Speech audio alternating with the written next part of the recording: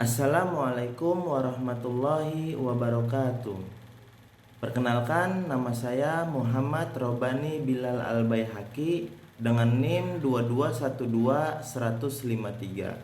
Saya mahasiswa dari Universitas Islam Negeri Sultan Maulana Hasanuddin Banten, Fakultas Tarbiyah dan Keguruan, jurusan Pendidikan Agama Islam semester 4 kelas B. Di sini saya akan membahas tentang landasan pengembangan kurikulum. Nah, sebelumnya teman-teman tahu tidak mengapa pengembangan kurikulum harus memiliki landasan? Kalau tidak tahu, simak terus video ini ya. Di sini terdapat dua gambar gedung yang berbeda. Yang pertama, gedung yang sudah runtuh, dan yang kedua, gedung yang tetap berdiri kokoh. Jadi begini teman-teman, jika sebuah gedung dibangun dengan fondasi yang rapuh, maka akan mudah runtuh ketika terjadi sebuah bencana alam, contohnya seperti gempa bumi dan angin kencang. Berbeda halnya dengan gedung yang dibangun dengan fondasi yang kokoh. Ketika terjadi goncangan ataupun angin kencang dan lain hal sebagainya, itu akan berdiri kokoh dan tidak mudah rapuh karena dibangun dengan fondasi yang kokoh. Begitupun dengan kurikulum. Kurikulum harus dibangun di atas landasan yang kuat agar tujuan kurikulum tercapai sesuai dengan kebutuhan. Pada video kali ini saya akan membahas tentang pengembangan kurikulum. Sebelumnya, aku akan membahas tentang kurikulum terlebih dahulu. Pengertian kurikulum menurut para ahli. Mengenai pengertian kurikulum, banyak sekali pendapat-pendapat yang diungkapkan oleh para ahli. Di antaranya yaitu, yang pertama di sini yang saya dapatkan itu ada Undang-Undang Nomor 20 Tahun 2003. Kurikulum merupakan seperangkat rencana dan sebuah pengaturan berkaitan dengan tujuan, isi, bahan ajar, dan cara yang digunakan sebagai pedoman dalam penyelenggaraan kegiatan pembelajaran untuk mencapai sebuah tujuan pendidikan nasional. Nah, yang kedua ada menurut Dr. H.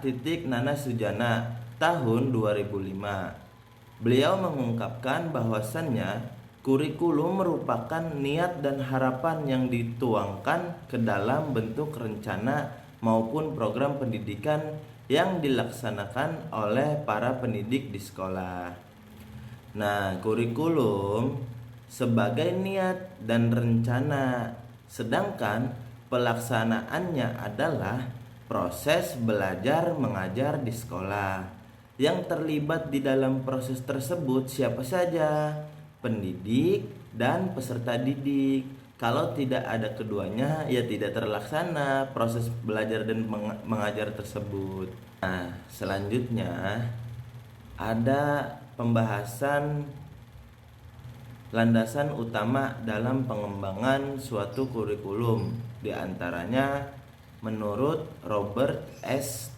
Sayce, beliau mengemukakan 4 landasan pengembangan kurikulum, yaitu philosophy and nature of knowledge, society and culture, the individual, dan yang terakhir learning theory. Nah, selain itu, Nana Saudi Sukmadinata juga berpendapat dalam bukunya Pengembangan Kurikulum Teori dan Praktik. Menurut beliau bahwa keempat landasan itu, yang pertama landasan filosofis, psikologis, sosial budaya, serta perkembangan ilmu pengetahuan dan teknologi atau iptek. Terlepas dari itu semua, pada intinya semuanya sama dan dapat disederhanakan bahwa kedua pendapat tersebut semuanya berpendapat sama sehingga dapat saling melengkapi. Untuk itu, 4 landasan tersebut dapat dijadikan landasan utama dalam pengembangan kurikulum, yaitu yang tadi saya sebutkan, landasan filosofis, psikologis, sosiologis, budaya, pengembangan ilmu pengetahuan dan teknologi atau bisa disebut IPTEK, dan yang terakhir landasan organisatoris. Nah, di sini kita akan bahas satu persatu. Yang pertama ada landasan filosofis. Secara harfiah, filsafat berarti cinta akan kebijakan atau love of wisdom. Plato menyebutkan filsafat sebagai ilmu pengetahuan tentang kebenaran. Adapun yang dimaksud dengan landasan filosofis dalam pengembangan kurikulum ialah asumsi-asumsi atau rumusan yang didapatkan dari hasil berpikir secara mendalam, analitis, logis, dan sistematis.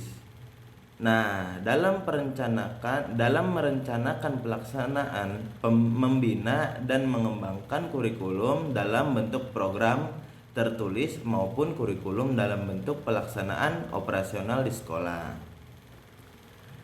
Filsafat juga berupaya mengkaji berbagai permasalahan yang dihadapi manusia, termasuk masalah pendidikan. Pendidikan sebagai ilmu terapan tentu saja memerlukan ilmu-ilmu lain sebagai penunjang.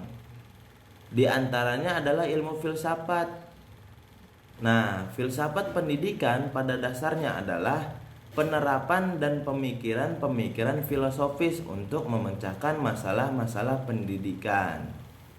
Reja Murdiharjo mengemukakan pendapat ada 3 sistem pemikiran filsafat yang sangat besar pengaruhnya dalam pemikiran pendidikan pada umumnya dan pendidikan di Indonesia pada khususnya, yaitu filsafat idealisme, realisme, dan filsafat pragmatisme. Filsafat juga menelaah 3 pokok persoalan, yaitu hakikat benar atau salah atau logika, hakikat baik atau buruk bisa disebut etika, dan hakikat indah jelek atau bisa disebut estetika. Pada dasarnya, pandangan hidup manusia mencakup ketiga permasalahan tersebut. Filsafat akan menentukan arah kemana peserta didik akan dibawa. Filsafat merupakan perangkat nilai-nilai yang melandasi dan membimbing ke arah pencapaian tujuan pendidikan. Oleh karena itu, filsafat yang dianut oleh suatu bangsa atau kelompok masyarakat tertentu, termasuk yang dianut oleh perorangan sekalipun, akan sangat mempengaruhi terhadap pendidikan yang ingin direalisasikan.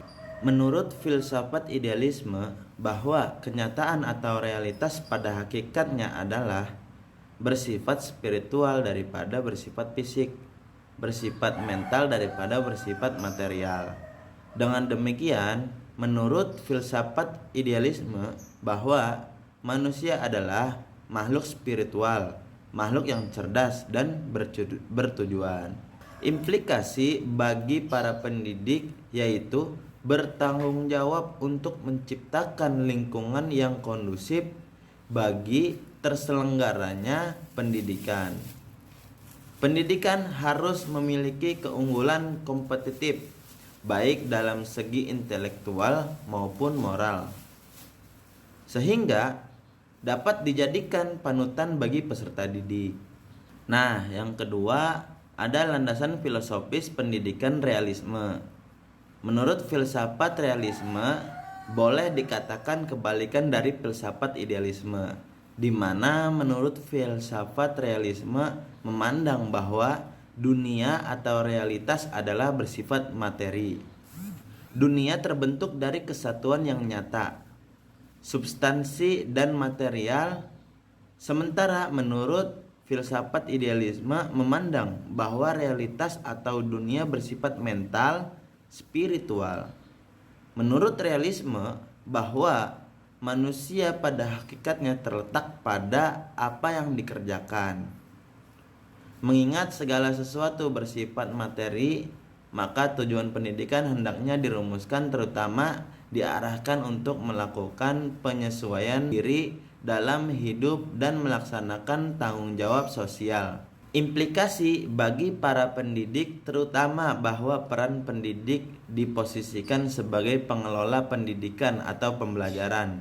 Untuk itu, pendidik harus dapat menguasai tugas-tugas yang terkait dengan pendidikan, khususnya dengan pembelajaran, seperti penguasaan terhadap metode, media, dan strategi, serta teknik pembelajaran. Secara metodologis, unsur pembiasaan memiliki arti yang sangat penting dan diutamakan dalam mengimplementasikan program pendidikan atau pembelajaran filsafat realisme. Adapun yang ketiga yaitu filsafat pragmatisme. Filsafat pragmatisme memandang bahwa kenyataan tidaklah mungkin dan tidak perlu.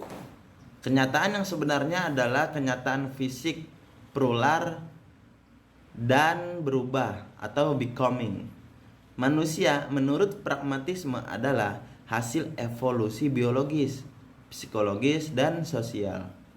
Manusia lahir tanpa dibekali oleh kemampuan bahasa, keyakinan, gagasan, atau norma-norma.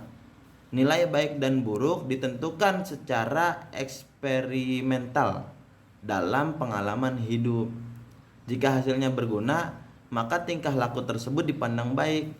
Oleh karena itu, tujuan pendidikan tidak ada batas akhirnya. Sebab pendidikan adalah pertumbuhan sepanjang hayat, proses rekonstruksi yang berlangsung secara terus-menerus.